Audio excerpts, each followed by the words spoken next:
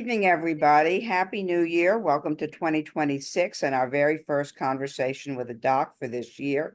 We're so lucky to have Esther. I'm not going to try and pronounce your last name. I'll let you do that. To speak with us again. For those of you who are on Facebook or TikTok, but I think primarily Facebook now, you probably feel like you know her. And what a privilege it is to have you speak again. Thank you so much. And I'm going to shut up and turn it right over to you. Thank you so much, Judy. I was just mentioning that Judy was actually the first person that asked me to do any kind of public speaking. And so it's kind of a full circle moment for me. And I'm forever thankful for her. I'd like to thank her again for inviting me. I love her and I love MAPS, the Maryland Association for Parkinson's Support, all the love and dedication they put into providing resources to people with Parkinson's and their care partners in the greater Maryland, DC, Pennsylvania area. So if you live anywhere near there, make sure that you connect with them. And they also have a lot of great content on their website. For those that don't know me, my name is Esther Labib-Kiarash. I was diagnosed with young onset Parkinson's in 2023 at the age of 48. I'm married and I have two children. They're now 12 and 14, and we live in El Paso, Texas. I was a hospital administrator and risk manager by profession, but now am a full-time volunteer and advocate. I am an advisory board member with the and research advocate for the Parkinson's Foundation. I sit on several patient advisory councils, and last year became a co-author in my first, but not last, scientific paper. I'm super excited about it. I will actually be presenting an abstract and speaking on a panel at this year's World Parkinson's Congress, which is going to be happening in May in Phoenix. I encourage everyone that can to attend. It's a really special event. It happens every 3 years, someplace on the planet. And this year it's going to be in the US. And it's the one place that brings together people with Parkinson's, researchers, neurologists, doctors, charities, authors, artists, everyone together to learn and share about Parkinson's. So I'm excited about that. But first and foremost, good, bad, or indifferent, I am now officially one of the top social media influencers with Parkinson's online. And as Judy mentioned, I started out on TikTok, but I'm on Instagram and Facebook now as Shaking in My Boots. And but first and foremost, I'm a stay-at-home mom to my kids, the best job ever. I have told my diagnosis story too many times now. And every time I do, it takes me back to that very specific time and place of trauma. And so I don't really like to keep repeating it. But if you're curious about it, I talk about it in my previous video that I did with MAPS last year that's available on their YouTube channel, which I also encourage people to check out because there's a lot of good talks on the MAPS YouTube channel. And this one will end up there as well if you have to hop off early or you wanted to send it to somebody. Suffice it to say that that diagnosis day wasn't the best day of my life, but it wasn't the end of my life like I originally thought it would be. And it feels very far away now, even though it isn't even quite 3 years yet. My diagnosis anniversary will be 3 years on President's Day, which is in February. Um, which is like a weird remembrance date, but that's always kind of linked together in my mind. Because in some ways I feel like a very different person than I was 3 years ago, or even a year ago, to be honest with you. When I walked out of the Mayo Clinic in 2024, 2023 with an official diagnosis of Parkinson's, I was very scared. It's a scary disease. It's a scary diagnosis. But I'm a firm believer in facing my fears, and the boogeyman that I knew as Parkinson's is now more like a really annoying extra in my life. I'm still the main character, And this isn't a horror film. I like to think of it more like one of those inspirational movies like Rudy or Rocky, but with a blonde. The last time I spoke here, I just ended what I quite possibly thought was the hardest year of my life.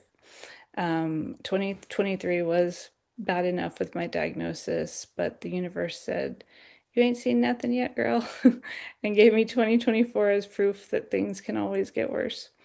I lost both my parents in 2024, and I felt like after my Parkinson's diagnosis, that was about as low as I could get for sure by anyone's standards. So when Judy asked me that year to do a talk about hope, I sat down and I made a PowerPoint presentation like I used to do for my job with like graphics and quotes from famous people. And then I scrapped it. I dumped it in the little trash can in the corner of my computer screen and decided to just speak from my heart. As I sat down and I started to work through what I was going to talk about, it was like I was working through my own grief. What I realized then is that even when you lose the things and people that have fueled your hope over the course of your life, the hope doesn't die with them. It stays with you because you built it brick by brick by surviving a lifetime of obstacles. Grief, like Parkinson's, isn't linear.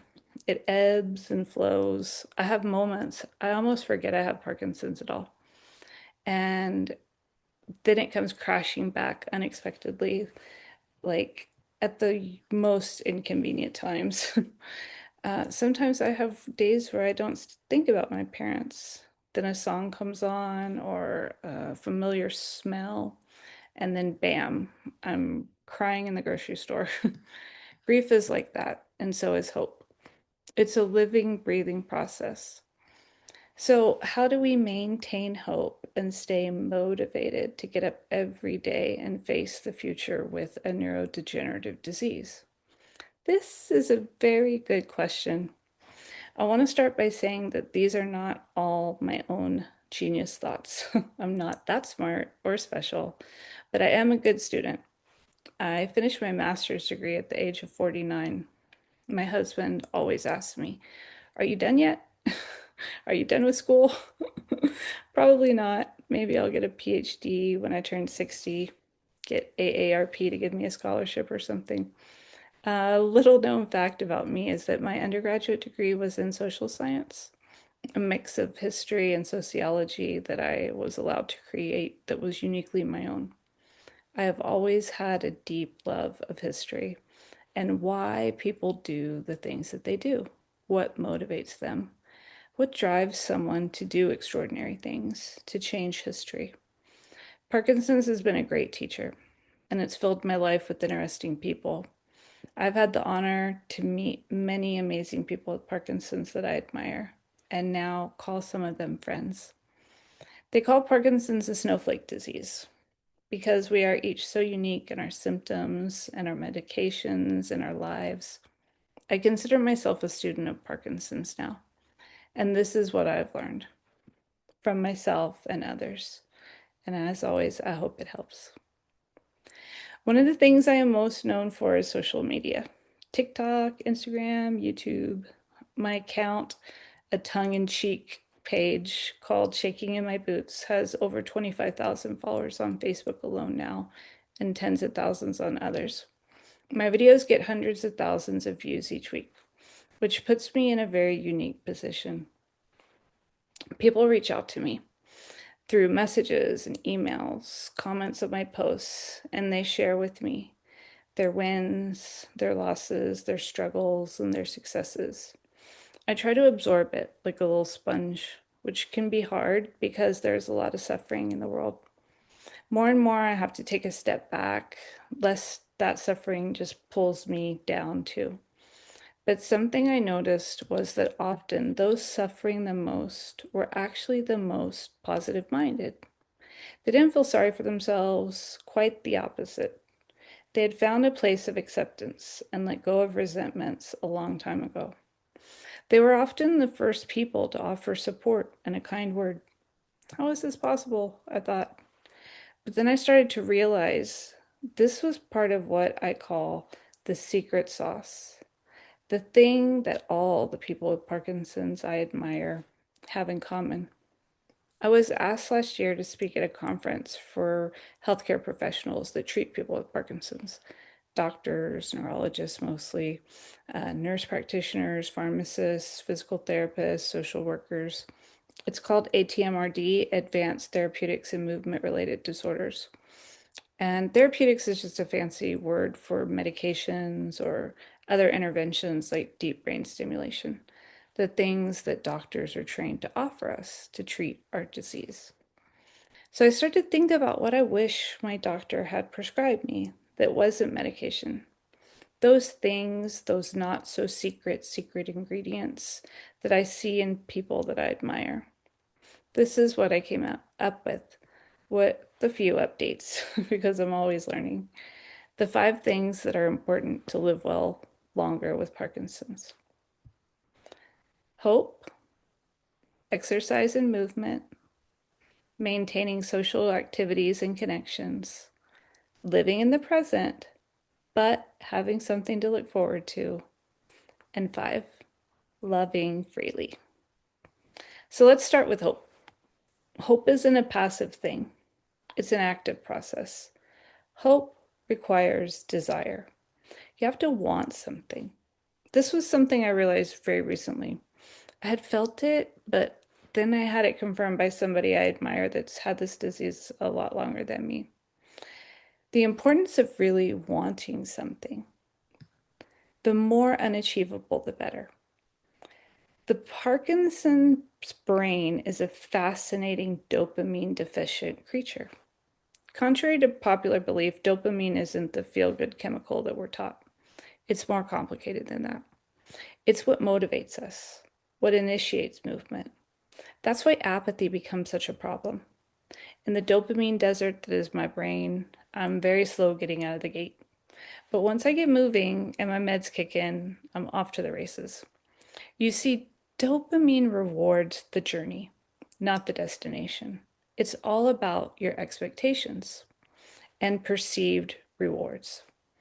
If you can build in small victories along the way, you can carrot and stick your way to overcoming your apathy. For example, we all know exercise is important, the one thing that is shown to slow progression. But how do I get moving every day? Because I always feel better after I exercise. I expect to feel the reward. That beautiful natural dopamine from sweating helps me feel like a person again, like I'm doing something, like I have accomplished something, because I have. Sure, I'm tired, sure, I get sore, but I'd rather be tired and sore from boxing than from Parkinson's. This trains my brain to expect a reward from exercise. Repetition lays down pathways that our brain loves to revisit. Good habits make success much easier. This is why around the holidays, when my routine goes out the window and I live in this gray area with undefined bedtimes and breakfast at 9 a.m., everything goes awry. This is also why travel throws me for a loop every time. But I can make excuses or I can get back on the horse. And I always choose the horse. Most days I wake up stiff and in a fair amount of pain. This is a new development for me. The dreaded P words: progression and pain.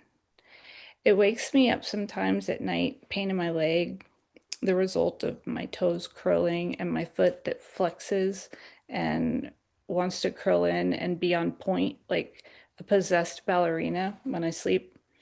And I want to pull the covers up over my head, which I do. But you see, I have kids that need breakfast and are spoiled and they don't want to walk the roughly 2 blocks to school. And frankly, they motivate me a lot. It feels good to be needed. My dog also needs me. As smart as he is, he still does not have thumbs and he can't let himself out or feed himself either. So I have to get up and take care of him and feed everyone. Having things that need me motivates me, even when it's just my stupid houseplants that I'm gonna kill anyway. I think that this is one of the reasons I love volunteering. Helping other people helps me. There's always somebody who needs help, always some small thing I can do. Heck, sometimes I make the mistake of asking my husband if he needs anything, and then the next thing you know, I'm presented with a honey-do list of epic proportions. Things like ironing, which is now a very exciting adventure. No one comes near me when I'm holding an iron or a knife. There's always plenty to do around the house. Since I don't work outside the home anymore, I like to look forward to holidays. I decorate for all of them. Nothing fancy, dollar store decor mostly. I go from Christmas to Valentine's Day, then Nowruz, which is Persian New Year, then St. Patrick's Day, then Easter. I unapologetically appropriate every culture's celebrations and celebrate them all. One year I had a Persian St. Patrick's Day party that just confused everyone. They just kept asking me why they had to wear green. But it was still fun. I have Parkinson's. Who's going to tell me that I can't celebrate what I want? But being social is hard. I get it for a lot of reasons. The anxiety, the unpredictability of unfamiliar situations. I always need to know where the nearest bathroom is. But my brain tells me stay home. Everything is comfy at home. You don't need to wear a bra at home, or in my husband's case, pants. Still, I want to stay in my comfort zone. My brain tells me that. If, but my brain is a big fat liar now. I can't trust it for anything. So I make myself go places, call people, text people back, go have coffee. I never regret it, just like exercise. I always feel better after. Research is very clear about this with Parkinson's, that isolating ourselves is the worst thing that we can do, that loneliness is a killer. It's one of the lessons that we learned from the pandemic. So I think everything feels harder now, but it takes so much energy to get dressed and go places. Energy I just don't have to spare. So I do things differently. I adapt. I don't throw big parties anymore. The ones where I would polish silver trays and cook all day and clean all night.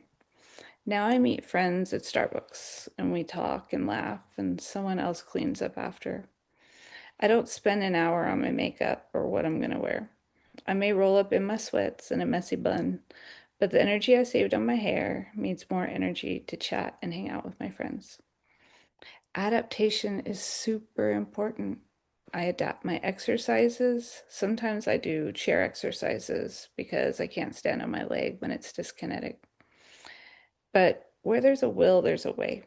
And people with Parkinson's are some of the most creative and resilient people I know.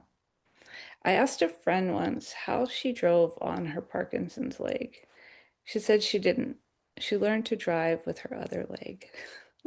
And while I don't recommend that, nor does Geico, it was my first glimpse of the ways that people simply find workarounds with a disease that is constantly changing. So let's talk about number two, exercise and movement. First of all, I hate the word exercise. I never liked exercise. Never played sports. I always say the only place I like to break a sweat is in the bedroom, and the only sport I play is the clearance sale at Dillard's. But Parkinson's has no miracle cure. What we do have is tons of evidence that exercise is our best hope. So I exercise. They say find something you love and do it. So I try to build fun into my exercise. Music is a big motivator for me. Some songs just get me going.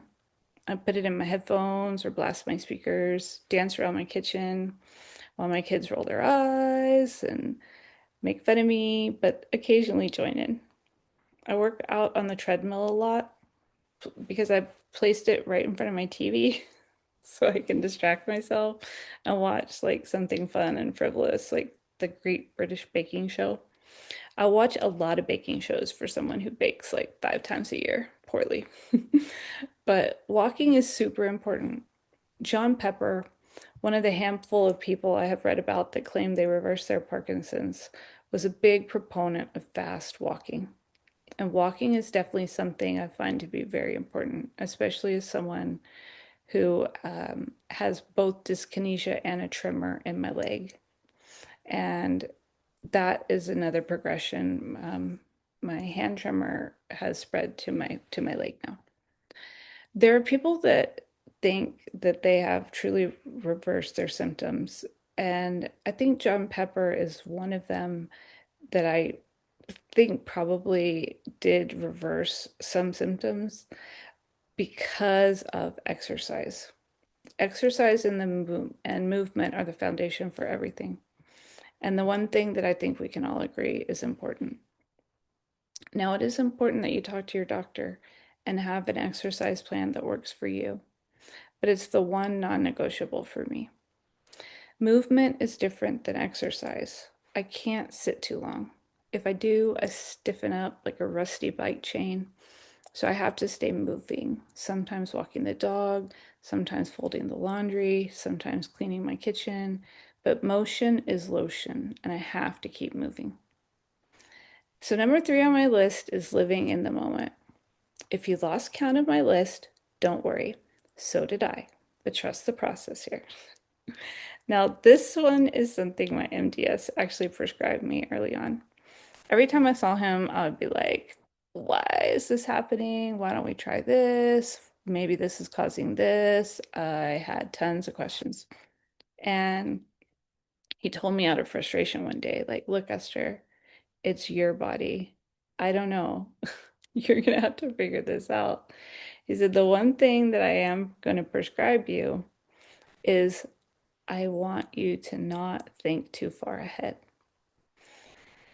Then he told me he was retiring and transferring my care over to somebody else. And I'm not saying he retired because of me, but I will say that I don't think he was super sad to see me go. And I tried that. I tried the whole live in the moment thing, but who wants to live like that? Not me. I want to enjoy today, but I want to look forward to tomorrow too. Not worry about the future. Just think, hey, maybe tomorrow will be better than today. I mean, why not? Right now, everything is cold and kind of dreary out. Winter is my least favorite season. The cold makes my tremor worse and my body stiff and my muscles hurt. The days are shorter, the darkness feels longer. So I look forward to spring. Warmer weather, blossoms on the trees, planting in my garden, pretending this time I won't kill everything except the tomatoes. But I appreciate the little things so much now. Silly things, really, like buying new patio chair cushions or thrift store puzzles. I love a good thrift store find. The thrill of the hunt is a big motivator. My mom lived to 93. And one of her favorite things to do was to take me to the senior discount day at Goodwill, and we would dig around for buried treasure and then have lunch. The smell of the thrift store reminds me of my mom. I learned a lot from her about aging and life. She always had some pie in the sky dream that she somehow made reality, and she never stopped to entertain the thought of failing. I think she was well into her 90s when she told me I should have another child and she'd raise it for me. I was like, Mom, I don't have a uterus anymore, but like, sure, whatever. She never let things like reality stand in her way. That's how I feel about Parkinson's. Like, why do I need to think about that word, neurodegenerative? It sounds so scary. Neither of my parents had Parkinson's, and they both lived into their 90s. But really, after 75, they both told me that getting old sucks. My dad would complain about all his friends that had died and how he missed going to work. And my mom said her hip hurt worse than ever, even after she had the hip replacement, and she hated using her walker. At my son's 9th birthday party, she stood up and declared to everybody at the party that whoever called these the golden years was full of shit. And then she laughed and she asked for more cake. There is something beautiful that happens when you reach that age where you do not care what anybody thinks about you. And instead of crazy, they call you wise and also a little bit crazy. But I miss her. The last thing on my list of things I wish were on that first prescription pad that my doctor gave me is love. This is the one I really took a long time to appreciate because there are many kinds of love. The Greek defines 7 types of love: romantic love, friendship love, familial love, agape, which is like a selfless universal love. A lot of us learned about it in church.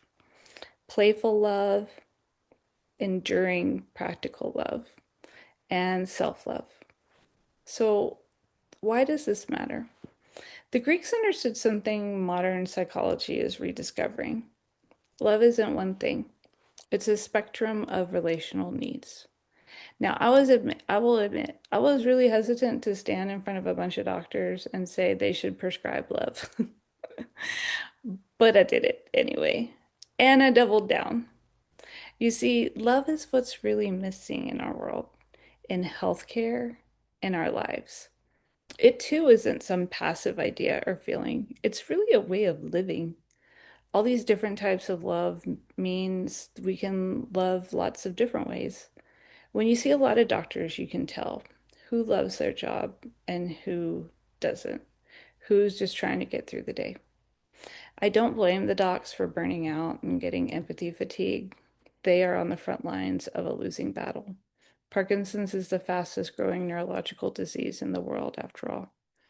But when you meet one that really loves what they do, it all makes all the difference in the world. I have an MDS like that.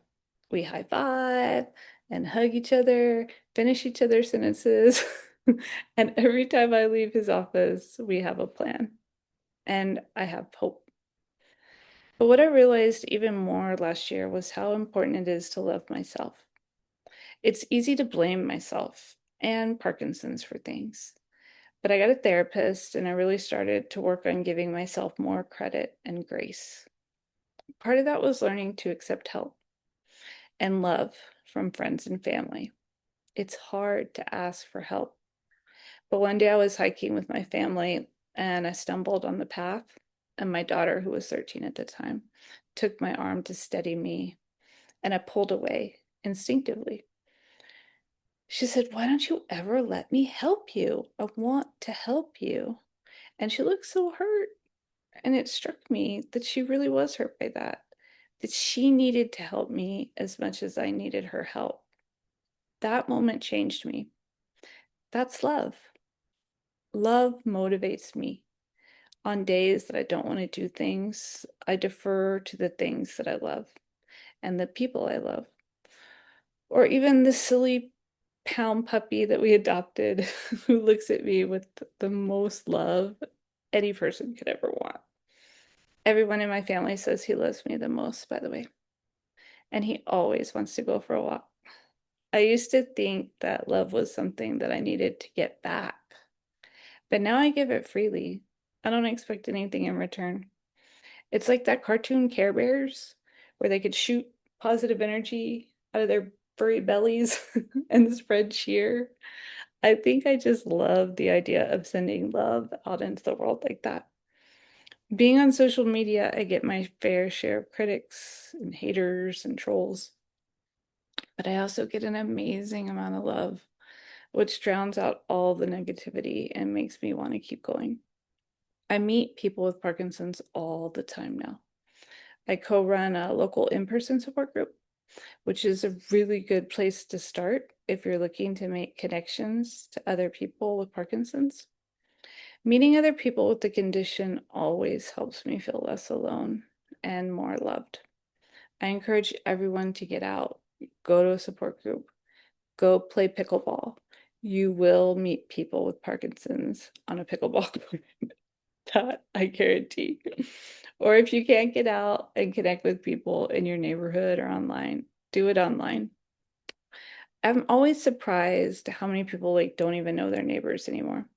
And one good thing that's come from me being home and not working is I have connected with more people in my neighborhood, even just walking the dog. Um, it's nice. It's a nice feeling to know that, you have people close by that can keep an eye on your house and keep an eye on you if something happens. And even when you are the people that you love are gone, you still have that love they gave inside you, fueling your hope and motivating you to pay it forward. I turned 51 a couple weeks ago. I don't feel 51. In my mind, I don't know. I feel like I'm 25, 30 tops. I mean, my body feels 100 most of the time, but mentally, I definitely feel like it's 1999. People say I don't look 51, and maybe that's why. And maybe it's Botox. But I think the fact that I haven't accepted my age is part of why I haven't aged as fast. I have Parkinson's. I mean, I definitely see progression. But in a lot of ways, I just don't feel like it's who I am. And because it's brought a lot of good changes in my life, my priorities, my overall fitness, my outlook on life in general is better. I wouldn't wish this condition on anyone, but I'm forever grateful for what it's taught me about the nature of hope and how precious every moment is. Nothing motivates me more than the possibility of having more time with the people I love. Most people are older when they get diagnosed with Parkinson's. Less than 10% of us are young onset, which means we live with this disease much longer. We take it to work, we raise our kids with it. I shake at soccer games, at kids' orchestra concerts. I shake at the gym and meet the teacher night. I don't really have a choice. I didn't choose to have Parkinson's, but I can choose how I live with it. I choose gratitude and hope, persistence and stubbornness. I choose love and determination and standing back up when I fall down, literally. That's what hope is all about. And on those days and nights when everything feels hopeless and I don't want to get moving, I always remind myself that's what Parkinson's wants. It wants me to make it easy for it. And one thing I have never been is easy.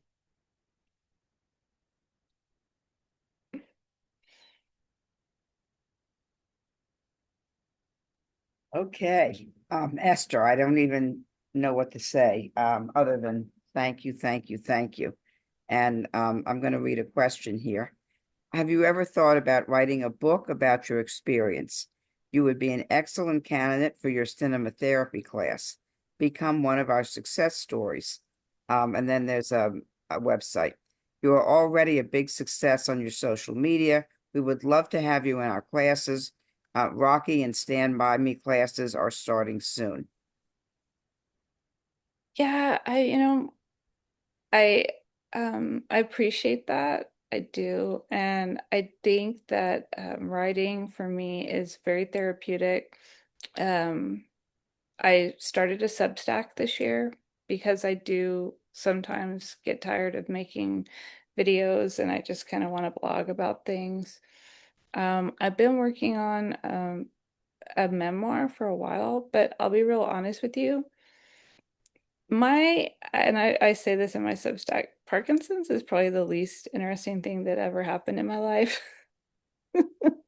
If I wrote a book, I'd have to I like I'd get sued by like 25 million people. It's just too crazy. And I also think my kids would be like they already joke about it sometimes. They're like, Mom has so much lore. I'm like, yeah, we'll revisit this when everybody turns 21.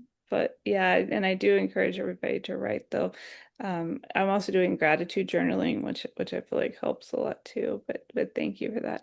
And I have a feeling that might be um from Karen, who I know is a big proponent of uh Robert Cochran does some really good Parkinson's improv and storytelling and things, which I know really does help a lot of people. So definitely support that. Okay, next question. Are headaches considered a possible symptom of Parkinson's? If so, what are some suggested treatments? Well, I'm not a doctor, obviously, but I'm not aware of headaches per se being a symptom of Parkinson's. I think the thing that I know a lot of us and myself have been talking about lately is orthostatic hypotension. A lot of times it can present if you have fluctuating blood pressure, that can cause headaches. And people just always shocked by this, but it's true, I promise you. Dehydration is a huge problem with people with Parkinson's because we lose our natural sense of thirst. That thing that triggers us to drink, we frequently lose it. And so by the time that that's why it's so important to like force yourself to drink. People get like those big jugs now, and it's like, okay, I'm going to drink this much water a day. Like I have to do that because I will forget to drink, and my body's not reminding me to drink anymore like a normal person. So it could also be caused like that. But I always tell everyone, talk to your doctor and not just your neurologist. A lot of things that we think are Parkinson's are not and can be treated by your primary care physician, which is honestly often easier to get an appointment with and cheaper than your neurologist. So I always tell them all my problems and then let them figure out what's what. Here's a comment from Diane. I hear my story echoing in yours. I was diagnosed in 2013, and I'm still doing pretty well. When I see people like you online, it helps me on my down days. Thank you so much, Dan. I mean, that's why I do this. When I started out on TikTok, I was looking for other people, like myself, and there's something just really reassuring about knowing that there's somebody else going through what you're going, and it's healing in a way, and it's crazy because like there's nothing like I'm not giving anyone anything.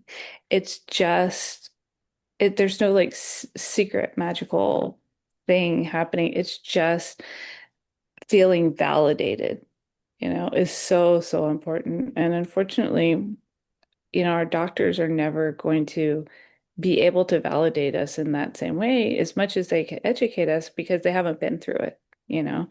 And that's why I try and just be like really honest with what I'm going through because I mean, it is an up and down, but I do look back and I think I just feel like I'm in a really good place. And I mean, that's a blessing.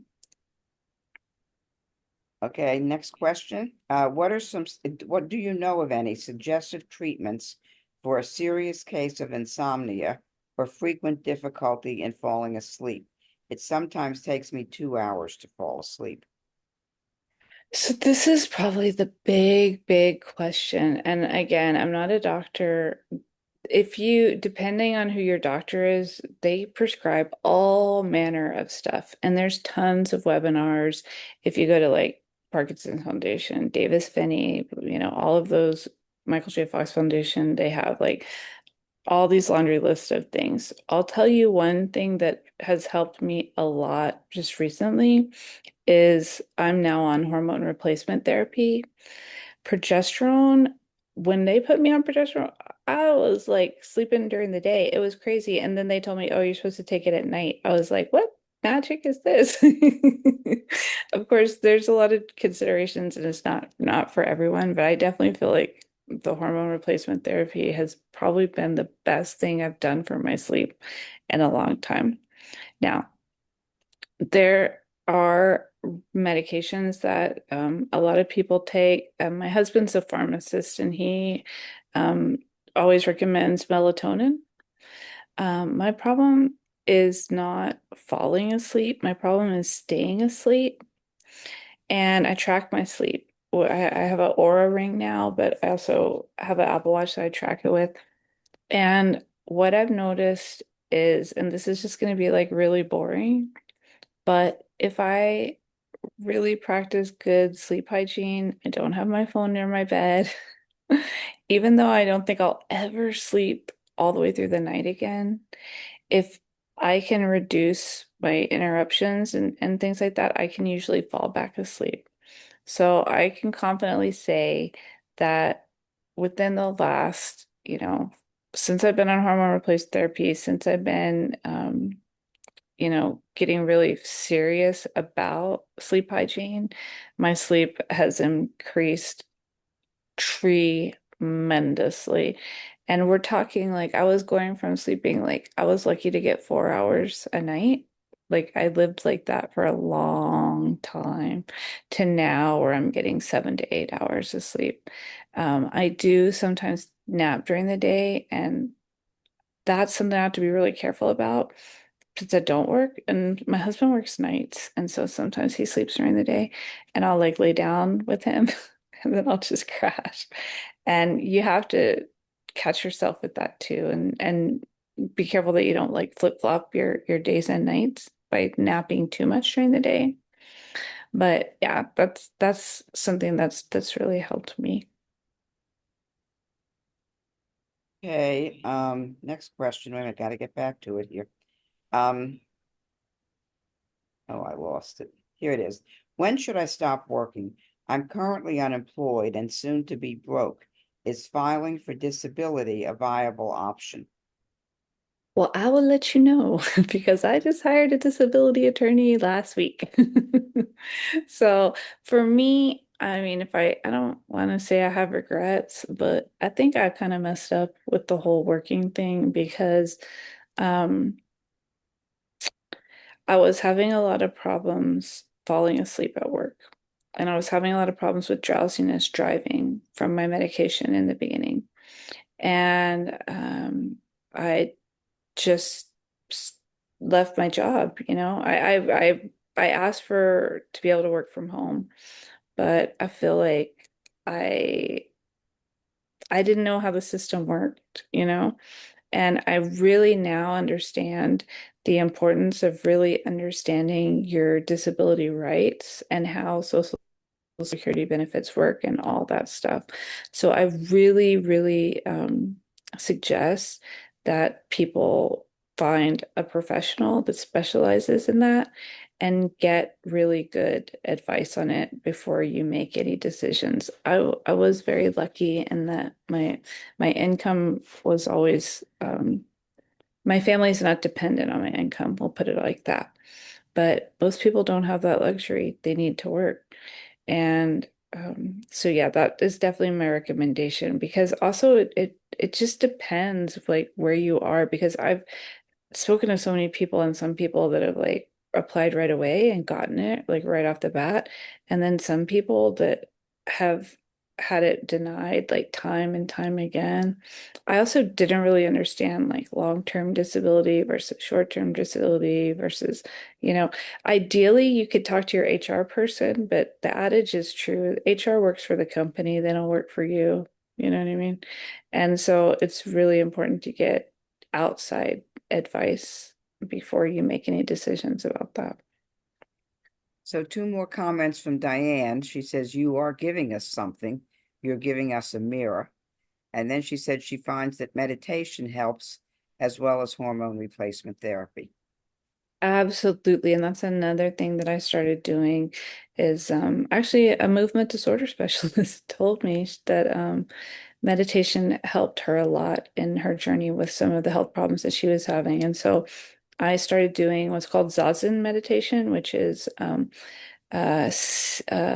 Japanese seated meditation facing a wall. And that's been a real game changer for me too, because I always had like racing thoughts, and I always thought that meditation was not for me because I would be like, ah, but I finally went to a Zen center, and we meditated for an hour. And at some point, I just like, oh, like it's like something just snapped, and I got past that place, and nobody was more surprised than me. But it's crazy, and I really do think that that is helping me a lot, because I think a lot of the times when I don't sleep, it is because of like stress and anxiety and all that stuff that my head just is like processing that's not letting me sleep. One, if you can, work past that, it helps your sleep a lot too. Another question, and I'm not sure I'm going to pronounce this drug correctly, but what is your opinion of Tavapadon, Oh, Tavapadon, oh. which is currently awaiting FDA approval? Okay, so correct me if I'm wrong, but I think Tabdapapon is the new dopamine agonist that's coming out. And I was talking to someone about that the other day. So I do go to a lot of these conferences so that I see what's coming down the pipeline. And I did hear about it at ATMRD last year, and they were really excited about it. So it's, I want to say a D2, D3 uh, agonist. It basically is, there's different types of dopamine receptors. And so the problem with the dopamine agonist is, as people may or may not know, are the impulse control side effects. So the purpose of this agonist, what makes it different, is it's supposed to work on different receptors that reduce those impulse control side effects. Now, we shall see. I mean, I hope so, because dopamine agonists have always been a good alternative for those of us that have dyskinesia in general. They do cause less dyskinesia. So I'm on a dopamine agonist. I'm on rotigotine, the new pro patch, and that is why I like it, because I don't get dyskinesia on it. But it is something that you have to really keep an eye on, and it's really important that also whoever you live with keeps an eye on you, because if you start doing weird stuff on your medication, like, you might not notice it the way that they do. So will I try it? Hmm, I might. I might, because but we shall see. And this is a side note, not really a question.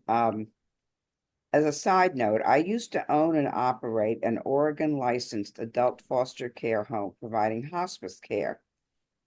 Patients were referred to me by Sacred Heart Hospital, and I operated it in my home for up to 5 women diagnosed with Alzheimer's disease.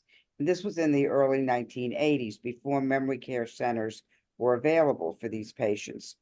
I found that their memory and ability to play an organ or a piano and continue to sing their favorite hymns was totally intact in spite of their increasing dementia and ultimately their end of life care and death.